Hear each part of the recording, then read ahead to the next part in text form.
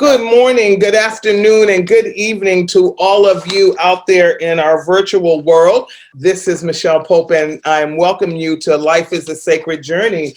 For some reason this morning, I cannot get my Facebook to work, so I'm going to try to do some stuff behind the scenes, but I am recording it. So what will happen is instead of maybe doing it live, unless I can find my daughter here in the next 5 minutes to grab a phone and put it up, we will drop it into Facebook Live later. Technical difficulties. This is the first time this has ever happened to me. I've even taped this show from a hotel, as you all know. So welcome to Life is a Sacred Journey. This morning, I am excited to have among me some incredible people who have come together to create a fundraising opportunity for Alzheimer's Services of the East Bay.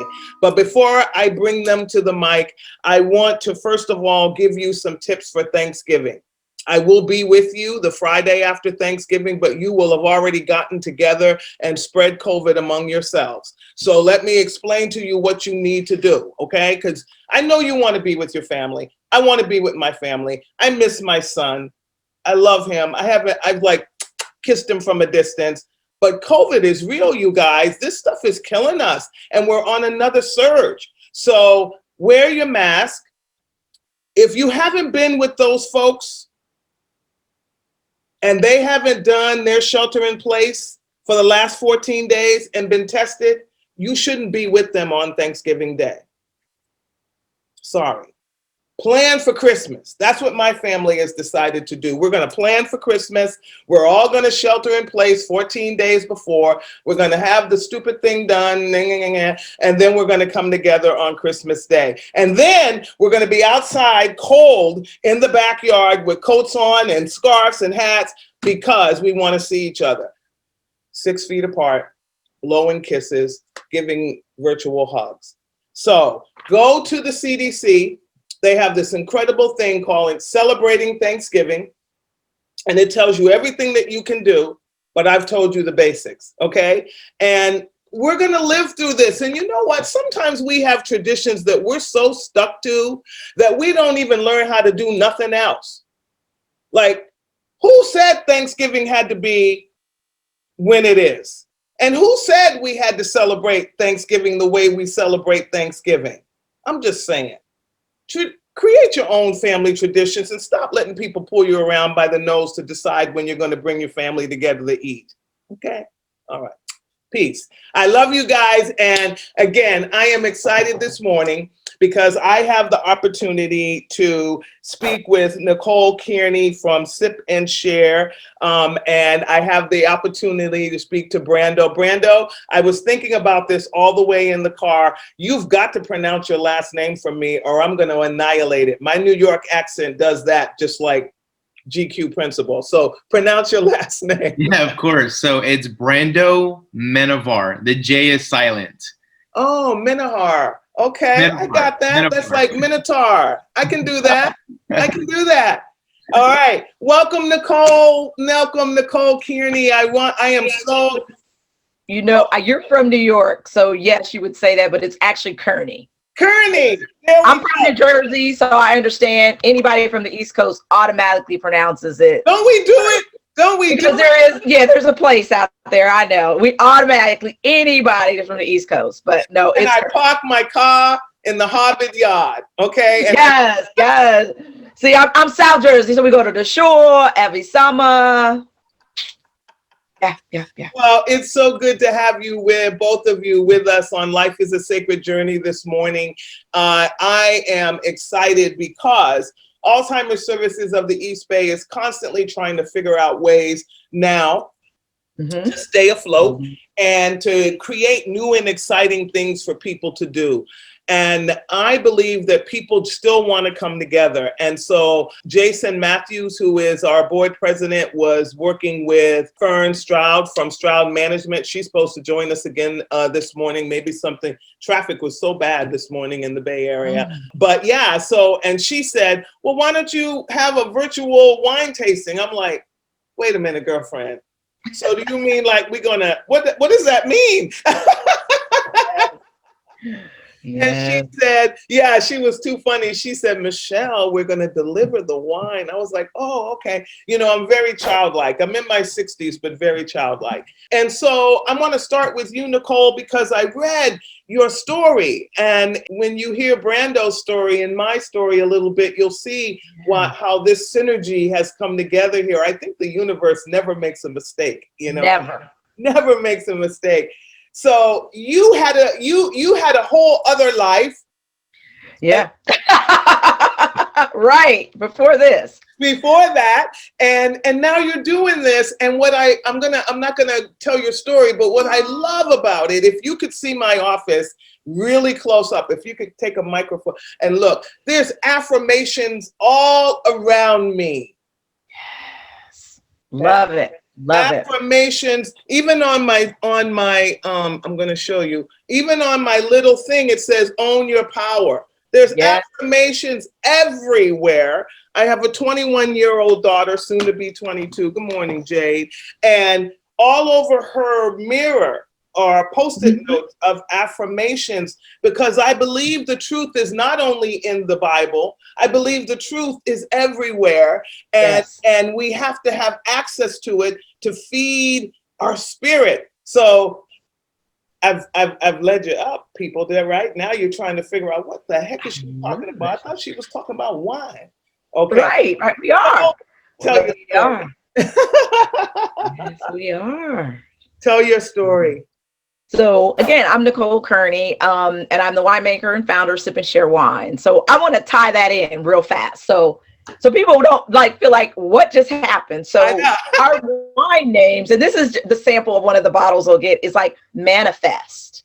So every one of our wine names are purposeful, affirmational names: gratitude, love, intention. And so that ties that together for y'all, just in case y'all thought she was just going somewhere. That really went somewhere. That was a perfect segue into that. So we use our wine, and like I said, the purposeful names to give that kind of affirmation and just reminders to people on a daily basis when they're drinking. But we started this in 2016. We started out repping other winemakers, so Black and women winemakers.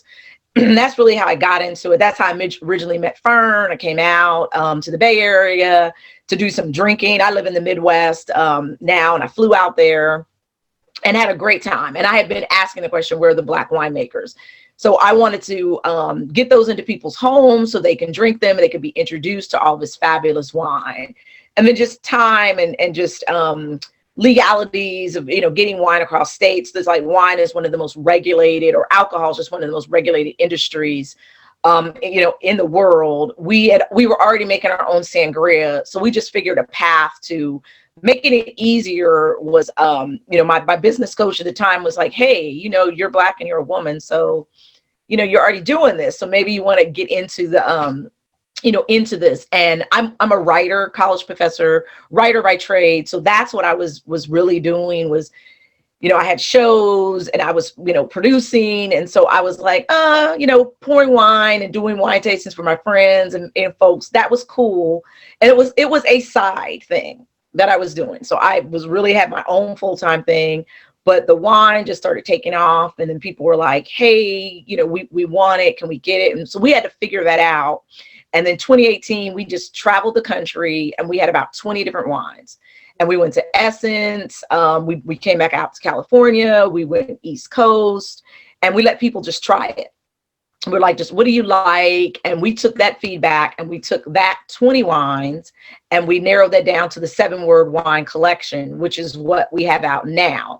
So in 2019, we released that collection. 2018, we became a winery. 2019, we put the first wines out, and we just kind of been rolling since then. Fern is an amazing partner. Blackvines is just an amazing event, and we try to get out there every couple of years. So we do East Coast one year, West Coast. So 2020 was our West Coast year, and so we didn't come to Blackvines because COVID was just starting. People were getting sick, but we had some family members who had already been ill and weren't really sure what was going on yet. So we were dealing with some of that. And then it was like, then we understood when it really just came full circle. So yeah, so for us, it's been an incredible journey. We have so much fun, and we started doing the virtual wine tastings because of COVID. Like you said, people still want to be in community, and we're all about creating community with our wine, and specifically for people who've been overlooked and underrepresented by the wine industry. So that is who we target. So we wanted to make sure we can still stay in community, we can still get our wine, we can still laugh and exchange energy, and and be with our folks. And it has been a wonderful time. We do about 5 or 6 virtual wine tastings a month, and we have a blast. Oh, wow. Yeah, we have a blast. Well, and you get to meet all kinds of people.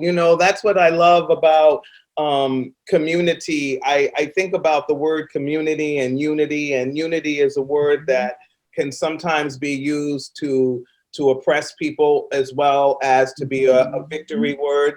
But community, and because I grew up in a community where there were all kinds of people, Jewish people, Black people, Puerto Rican people.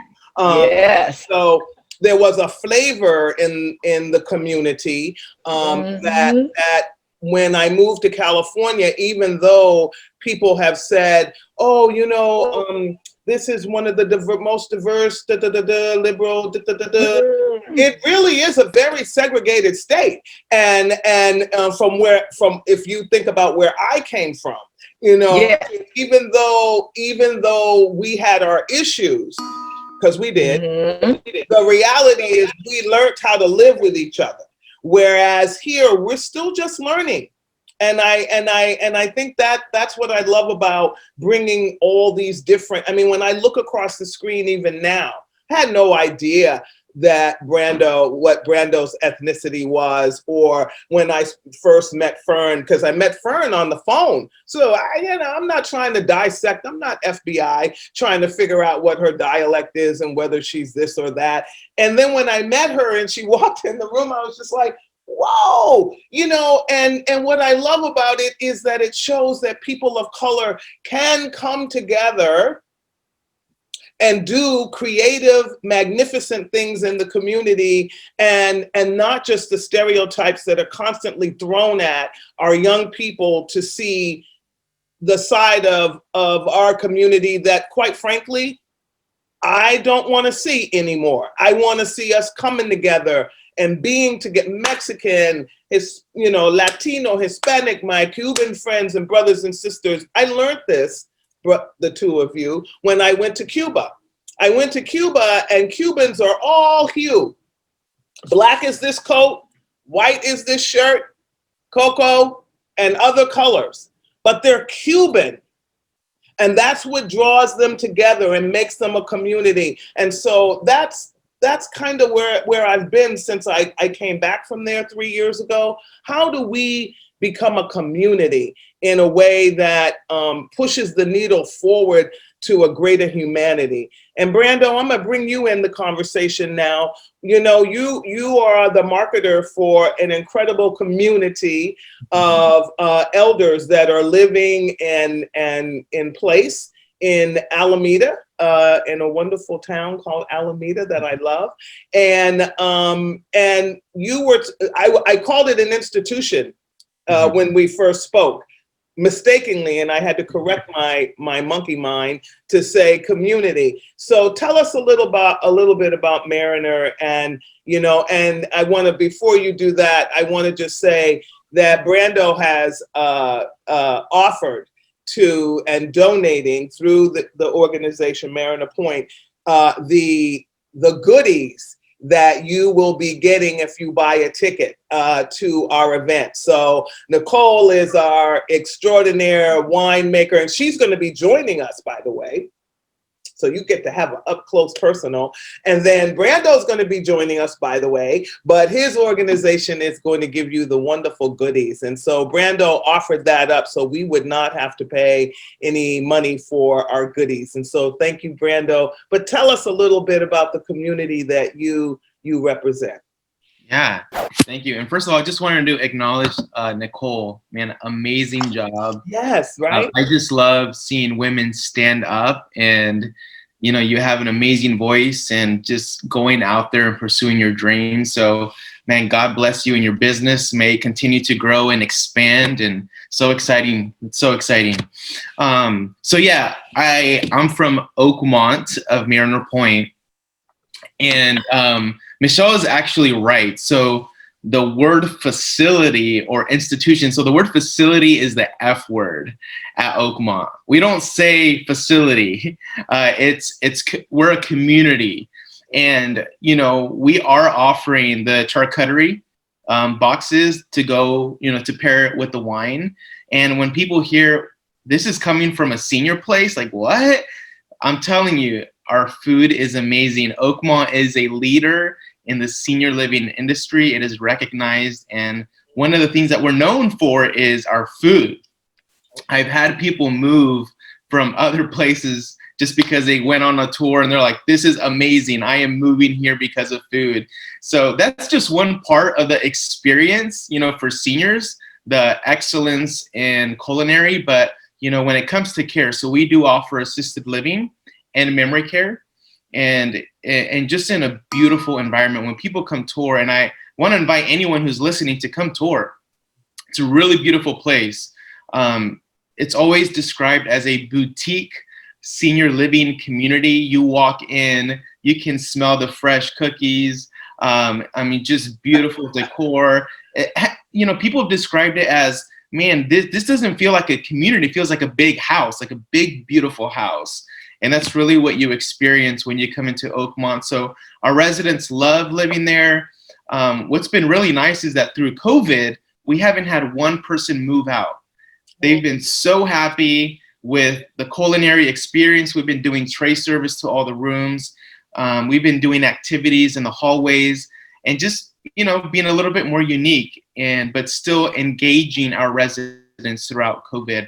It's been a challenge for sure, but I'm just grateful for our team and how they've stepped up and just the feedback that we're getting from residents and their families of how happy they've been with management and how they've been able to handle, this whole, this whole experience. So yeah, that's a little bit about us. Like, Michelle said, we're in Alameda. Next to us is Cardinal Point, which is our independent living community. And so it's essentially, if you come to this campus, you can age in place. You can move into Cardinal Point if you just retired at 65. If at some point you need higher care, like assisted living or memory care, you could always just across the street, just transfer over. So it's really nice when people look for us as an option, that they're like, wow, we're a waterfront community, but you can age in place as well. So that's a little bit about us. If anyone has any questions, feel free to ask. I'm more than happy to answer any questions. But that's a little bit about us. I don't know, Michelle, if you want me to share. Give them a phone number or something where they can contact you. So because I had no idea that there was independent and then people could move in. That's awesome. Yeah. It's a great option. Like I said, it's a waterfront community. Mm-hmm. Alameda is an island for people who don't know. And it's in between San Francisco and Oakland. It's a beautiful community. I live there with my family. And yeah, it's very unique. So if you're interested in learning more, you can call us at 510-347-5959. So that's a little bit about us, but we're so happy and grateful to partner with Michelle and her amazing organization. So props to you for all you do and just the value and just the service that you bring to the East Bay. Such an amazing organization. And thanks to Christine for connecting with you, because you're an amazing human. Just in our conversation the other day, we just had a phenomenal conversation, and I'm excited to get to know you a little bit better, Michelle. And you. It's so interesting, when I'm so happy, this is amazing. This is amazing. I have to thank the universe. I got very ill 4 or 5 years ago, and I got better. And when you get better from something that could have taken your life, so what you see is, I was really a cool person before, but I'm even a cooler person now because I know the value of every second that I breathe, every second that I get a moment to talk to you or Nicole or the homeless man up the street or the stranger that I meet anywhere. That's what I try to tell people, and that's why this platform is called Life is a Sacred Journey. I didn't know it. We've been doing this for 9 years. Life is a sacred journey. Now I get it. It is sacred. So Nicole, you are a part of 0.01% of Black-owned wineries in the country. Yep. Well, Black women winemakers. So I'm part of 1%, of just Black winemakers. So only 1% of all winemakers are Black. And then 0.1% of that are Black women. And is that just because of the inability in the past to purchase property and be able to pass it down? Is it what is that? Because we're an agricultural people as well. So is it the lack of wealth and where we not able to pass wealth property along? Or were we not able to learn, because I know winemaking is passed down generation by generation. So what are some of the things that gives this very low percentage that needs to be changed? So I think it's a combination of both. You're right. We are agricultural by nature. That, when a lot of our families, unfortunately were enslaved in the South, in the Caribbean, and we did, the agricultural work. So I believe when people got the opportunity to get free and go north and go west, they left those roots behind and just didn't want to come back to them. But if you go look back, like we're finding out now, like Uncle Nearest, the story that he was the distiller who actually taught Jack Daniels and bought that family recipe. So it's the same thing. You'll probably, as we keep digging, there are hundreds of Uncle Nearest that were bringing their family recipes into these already established or beginning wineries. So we were always at the forefront because we were always doing the work. And I think we just kind of left that, we sold land, we sold property because we didn't want to be attached to that kind of the historical trauma that still does for a lot of us. So I think that's one thing. And then as wine began to progress, it just became a really elitist industry. And it was a way to show, a certain class or status. And so a lot of people just got left out. And we also just weren't socialized with it. So we know a lot about the brown, anything that's brown, it's on the shelves, we know all that. But we just, but everybody could probably remember, the grandma or the auntie, especially if you are a Black or brown person in this country, somebody was making something in the basement, underneath the sink. You were told, don't touch that or I'm gonna pop your hand. Yeah. So they were making the dandelion wine or the fruit wine or whatever was growing, out, in the gardens and stuff. So we have that history. We're just now kind of getting back to it and realize, we actually have a birthright to this. And we should be in this industry doing what our ancestors did. And so let's get back to that. So that's one of the things I want people to remember. And like I said, we let go of the land, and that's okay, because you can still get into this business without having the actual land, because there's people farming and doing the work, and you can still go make deals with them. But some folks don't want you to have that opportunity. So they're not going to want to work with you directly. So sometimes you got to get a broker. You got to go find somebody that doesn't quite look like you, who will go help you do the work. And so it is a challenging industry because you do get challenged. Just for me, like going to wine tastings, or going to a restaurant, we could do that, just really freely. And people are like, oh, you want to get, no, I don't. I need you to bring me the list that everything that starts with bubbles, that's where we're going to start. And then I'll move my way through this. And then if you don't have anything on your list that's sufficient that I want to pay the money for, then I'm just going to get a cocktail. But we're already like prejudged. Yeah. And then people don't think we know when we go into a tasting, like, what do we like? So we have all of those hurdles. But we spend $1 billion a year on wine. Wow. As a Black community. Wow. So we are drinking, and we spend $3 billion if you count wine, beer, spirits. So we're drinking. We are contributing to the bottom line of so many companies, but we are not included in their marketing. We're not included. I was just telling someone last night, when you usually see a person of any ethnicity in a wine publication, it's usually their hand, and they're usually pouring and serving other people. So that to me is, it's very stereotypical. It's very biased, but the people who've done that don't even, in their mind, they don't see that, but that's how they see Black and brown people. So we don't even use that word. We pour for the people. We don't have that in any of our literature. We don't use that word because we understand, because again, as a writer too, we understand how words impact people. So we have customers, all across, humanity.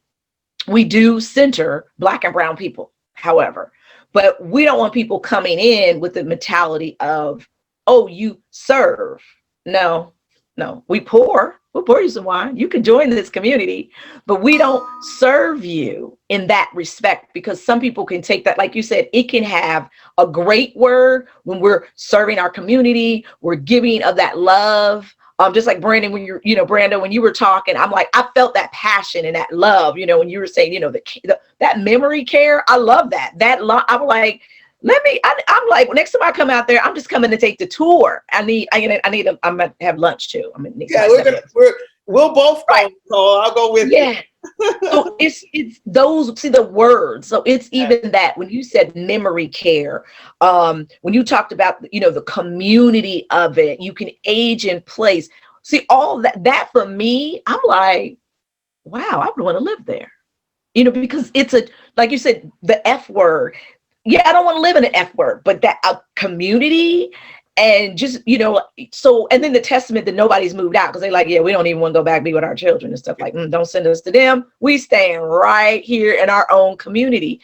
So those are things like we, and that's the kind of community we create. So I think that's, the wording of it and how we get people to start rethinking that we know, because COVID hit, Black and brown people, we make everything happen.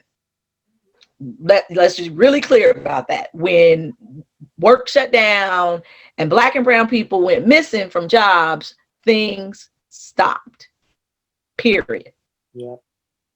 So folks to not realize that's who makes sure everything work. Like, I'm the person, like, I want to go in the kitchen. It's got to be two things now. If it ain't Big Mama, or they're not two women back there that only speak like 5 words of English, I need all your teenagers to translate, I won't eat there. And we have to stop being, as citizens of this country, so small-minded that we think we can't learn another language. Like somehow that's taking away from our Americanness. So I grew up in Europe. I'm a military brat. So I grew up in Germany. So I have a family that speaks multiple languages. So it just blows my mind for people to be like, well, ma'am, there are people who speak 5 languages and they're 12. Yep. And they're 12. So I'm like, we complaining because we can't speak, I'm like, most of y'all can't even get the King's English down. So let's leave that alone. And then, so it's like, it's interesting to me, just, like you said, I think COVID is exposed a lot with COVID, and then the whole civil injustice. It's exposed a lot in the unfortunate last 4 years of, lack thereof of leadership. It's exposed a lot in this country, but I think the one thing for me, I think for Black and brown people, we understand now we got. We got it. Like you said, when you go to Cuba, everybody sees it. So now it's like, how can we support one another? What can we do to support one another? And so I think that's what we have to do as a community in unity. Well, and Nicole, not be the carriers of the same disdain that has been perpetrated upon us. Yes. With each other. Exactly. I take my dry cleaning to a dry cleaners in my neighborhood called Blessed Cleaners. Okay. And that's why I take my clothes there, because again, acquisitive Michelle, I saw the sign go up. I go, Blessed Cleaners, what does that mean? So I go in, I say, what does Blessed Cleaners mean? Well, we don't use any chemicals to hurt Mother Earth because we believe that the earth is a blessing from God. That's my dry cleaner. And I love them because they repair. I'm hard on my clothes. I love clothes. I was in the fashion industry before I came to the nonprofit world back in New York. And I love clothes, but I'm hard on them. I wear them and they sew things. They put the buttons on. I don't even know my zippers are broken. And the next thing I know, she'll say, I fix your zipper. But somebody said to me, well, but you're Black. Asian people don't like Black people. Possibly. There's a lot of people who don't like people. But if I treated them based on any other Asian person that has mistrusted me, misused me, whatever, I would never have had now what is almost a 30-something year experience with this family who also lives in my neighborhood and is a part of my greater community. Every Christmas, they know I love honey. I use honey for my skin, my hair. I love honey. And so they go to the honey farm over there in Danville somewhere, and they give me a jar of honey every year. That's 30-something years. I don't get a calendar. I get honey. And it's because they know me. And it's because I don't go in there and just throw my dirty clothes at them. I go, how's your kids? How's your family? I'm glad you didn't get COVID.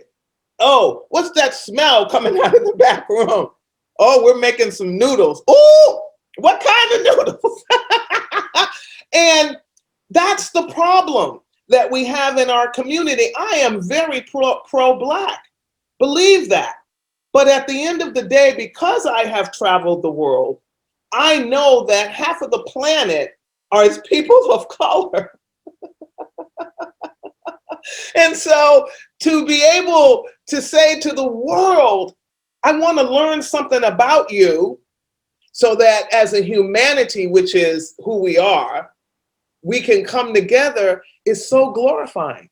There's nothing more wonderful than that. And of course, I've had people travel. People need to travel. That will change. That's it. That's how it changes. Go somewhere with people who don't look like you. And like you said, and embrace the culture. Don't go to Jamaica and only stay right there on the resort with the 10 people that you booked the trip with. Nicole, thank you. Whenever I travel, I never go to tourist spots. People will always, when I come back, they'll go, did you see? I'm like, no, because I went out, when I went to Bali, I went into the villages of Bali where the fisher people live, they're fishermen, and they go out in these boats, and they took me out in the boats.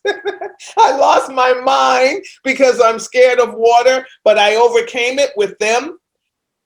And I don't even speak the language, but they taught me. And I ask questions. And I do this because I spent a month in Bali. And every time people greet each other in Bali, they do this. Now it's a part of who I am. We have to think about that. And so, Brando, when you're talking about your community where people are aging in place, how do you bring in culture so that all people can feel welcome in a community, in your community, in that community? Yeah, that's a great question. I think the first thing with that is the actual residents, because we have, like Nicole was saying, you lived in Germany for some time, if I heard you correctly. We have some residents from Germany. We people think that at the community, it's only Bay Area people, but I have people from other states, from other countries. I have people who fought for Germany in World War I. I mean, we have people from all over the world. So that's so beautiful because that brings the diversity. And, you know, that's what the word university, it's unity in diversity, right? And I think that's so beautiful to understand. And so I think the first thing at the community is the residents are the ones that bring culture. But what we do as, you know, a team is we invite culture in. So what I mean by that is we have a robust activities program and events program. So weekly. So during COVID, we haven't been doing this because obviously visitors are not allowed in the building, but we've been Zooming them in. We've been doing some things a little bit different, but pre-COVID, what it usually looks like is we have different performers and entertainers. We've had, I think they're called hula dancers, right? From Yes, Hawaii? yes. Yeah, so we've had hula dancers, we've had Jamaican music, we've had rockers. I mean, anything that you can think of at the community to perform weekly for our happy hours, which maybe we need to get your wine there, Nicole. I was just thinking that, you know, like we would love to support you. So getting some of that wine there and knowing and telling some of our residents that, hey, we're for you as well. You know, we are for the Black community. So those are the two things that I really see that creates that community, that diversity, that brings so much life to the community, because I think that's what's so beautiful about diversity. It brings color, right?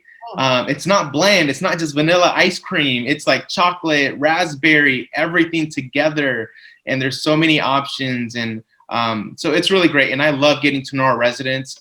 Phenomenal stories. I mean, like I said, people from all over the world, Brazil. I have a couple from Argentina that's moving in December. You know, so that's so cool. And just getting to work with their families. I speak Spanish. So, you know, in the tour, I mean, they didn't look Argentinian, but she is, you know, she obviously assumed that I spoke Spanish. And she was like, you speak Spanish? And I was like, of course.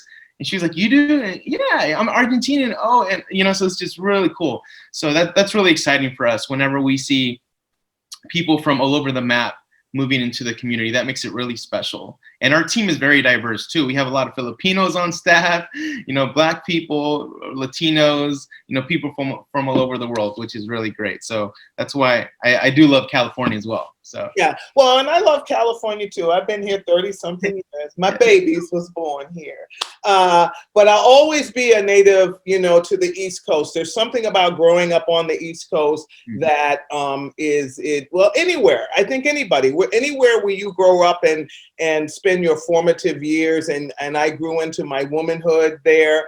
I grew into my first, you know, I got arrested in front of Fleet Bank because they had cougarons from South Africa, you know. So I became Michelle back east. And so I carry that energy always with me, but I do love California and what it has to offer. And I have an incredible community of friends here that I'm so thankful the universe plopped into my life, because I have only two cousins that live out here. Everybody else is back there. So it's really cool. And now I have the two of you.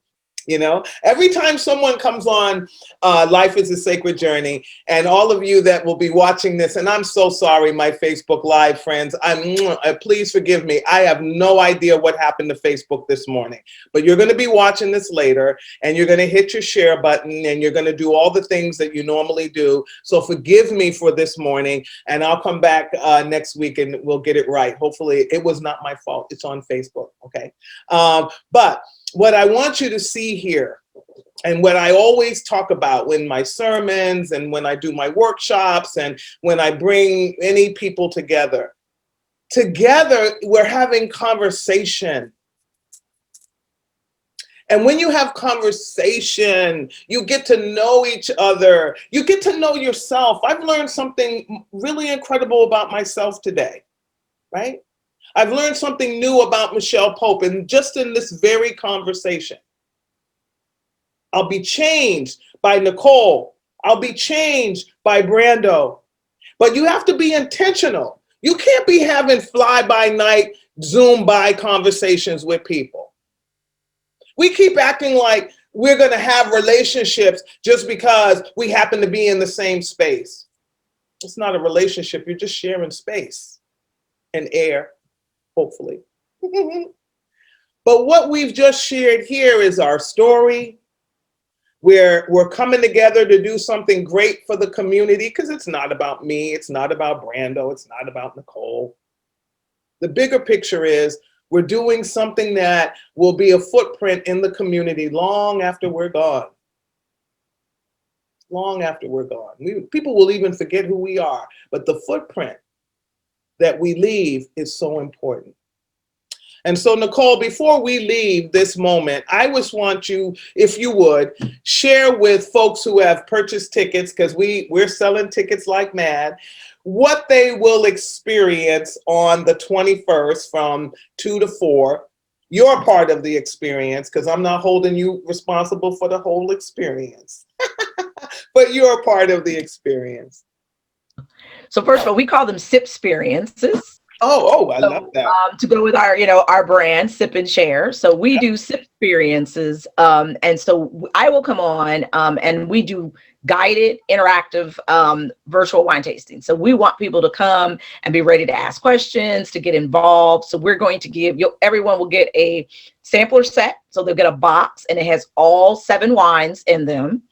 So when they open it up, they'll see everything in there. There's going to be a mat for them. I think I probably have one somewhere, but they'll get a mat that'll actually guide them through the wines. They'll also have a postcard, and we're just going to go through the wine. We're going to do some wine education. Our wines are all vegan. So everything we make is vegan. Oh, wow. So a lot of people don't know that wines aren't vegan. So everything we make is vegan. So we always get calls from people say, well, do you have that vegan wine that I like? And I'm like, they're all vegan. So yes, whichever one you want. So everything we make is vegan. I'm a pescatarian, but I used to be a vegan.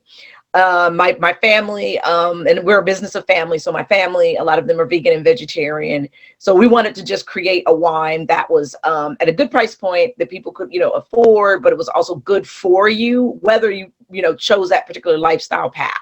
So you'll get to drink these really incredible wines. We're going to have a lot of fun. We're going to talk through the wines. I'm going to give you some tasting notes. I'm going to give you a guide on how you drink wine. And for us, it's 90 minutes of pure, or we're doing 2 hours. We're going to have 2 hours, 3 hours, whatever we're going to have. We're going to have a lot of fun. So bring your questions. Buy the tickets, because like we said, the tickets are for a great cause. So this is not, like you said, I love it. It's not about any of us individually. It's the opportunity to do for community. So I'm an East Coaster too, but I'm big on community.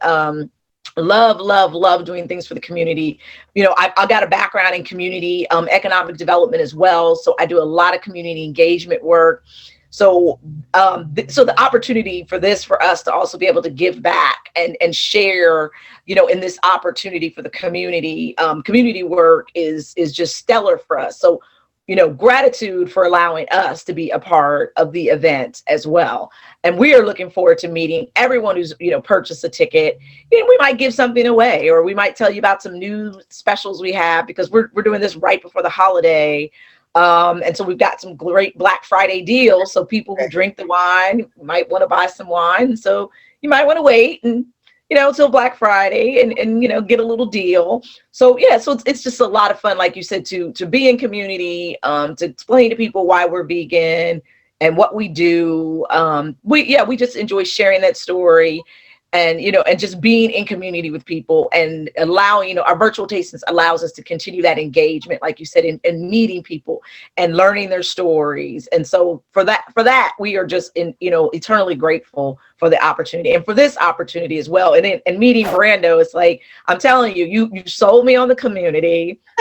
I also want you to make sure you say if there's a social media presence, like what that is, so I can go follow you on social media as well, because and then you hit me today, like I'm just telling you, like Michelle was saying, she learned something today. Man, you hit me with that unity and diversity is university, bruh. Mind blown. Me too. That's what I got too, Nicole. I did I'm like.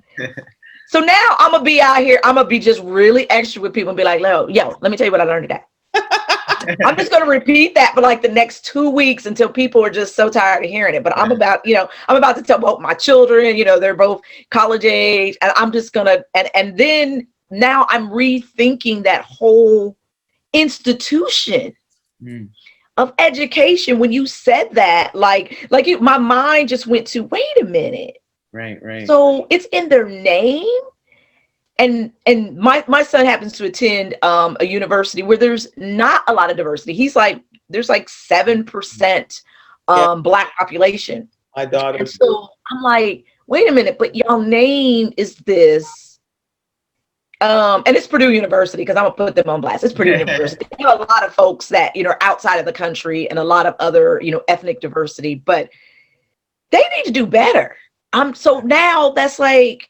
And I came out of the university system, and I primarily teach, I like adult learners, so I do a lot of adult learning. But I want to challenge now universities with this. So Brando, now I'm going to be saying your name. I don't even know who you are, but I'm like, let me tell you about Brando. And he works in this awesome community of care. And I'm going to just tell you that he blew my mind with this. Like, he hit me with this. And then they just going to be like, so yeah. I am now a disciple of the Brando. I'm just going out here to spread the word of Brando. Yeah, well, I think some of that comes from, like Michelle, I have a minister background, and I'm also a life and leadership coach. So I think there's a lot of disciplines in my life. So I think when it comes to a university, it's mostly focused on the education piece, right? We want to find unity in all of this type of knowledge, and we want to bring it together. But it shouldn't just be about education and knowledge. It should be about culture. Yeah. Yes. People. That's everything. That's what a true university should be. Yeah. But I'm glad that. Because, oh, wow. Okay. I know. We're both like, we're over here like, you see, I keep looking down. I'm taking notes. I just want you to know that I am over here taking these notes. I wrote notes too. But this is the thing I'm thinking right now, you guys. Check this out. I'm thinking we came together to talk about the event, wine, your community, a little bit about the event. And all these portals of awareness have opened up, and we've only been speaking for 45 minutes. And so, and I'm like, what would happen if we sat down for an hour? Right. Yes. I'm thinking that. So we may have to do that. We may have to have a conversation on culture, and we'll get a couple of other people to join us down, because I'm my little heart is just going a pitter. I'm so warmed by this conversation. Same here. Same. Yeah. So I love it. I thank you so much. So I'm going to let you both get back to your life, and I'm going to let Felicia get this and fix it and edit it and make sure that it gets out to our virtual world that we talk to every Friday morning at 8:00. I want to thank you, Brother Brando. It is my honor. And as I wrote in the email, I am humbled. To finally get to know you. And I namaste. You are amazing. You are amazing. And Sister Nicole, I wish I could just embrace you. I feel it. I receive that. I receive everything, Brando. I receive everything you gave. So yes. Love and peace and grace and joy to both of you. Yes. Thank you so much for helping ASAP do this event. But more importantly, I am so blessed to have met you both, and I really have met you, because now I know you. Now you walk with me. Yes. Your spirit now is a part of my spirit. And you will walk with me wherever I go. I take a piece of Brando and I take a piece of Nicole. And that's my friends out there at Life is a Sacred Journey. That's what you should do. Yes. You should tread gently in the soul of another person, because you take a piece of them with you and they do. So stop debating. Stop being mad. Right. Be peaceful. And meet each other in a place of conversation and inquisitiveness. Be like a child. You ever notice? Yep. When a child knows you're upset, they kind of look at you. Mm-hmm. They kind of move up to you. Yeah. Rub up against you to calm you down. Yes. Yes. So be like a child. Mm, Have a great Friday. Yes. Peace and blessings to all of you out there in the virtual community. I thank you. I love you. I'm grateful for your life. I would not be here if you weren't here. And we're here for this time for a purpose that is yet not known to any of us. So let's live it out together. Let's do it together, and let's do it in love and peace. This is Michelle Pope. I am your host of Life is a Sacred Journey, and I love ya. Have a good weekend. Stay on, you two. I'm just going to get rid of... Oh, listen to me saying get rid of y'all. Shame on me. I'm just going to send you off into your morning. There you go. I love you. I love you all.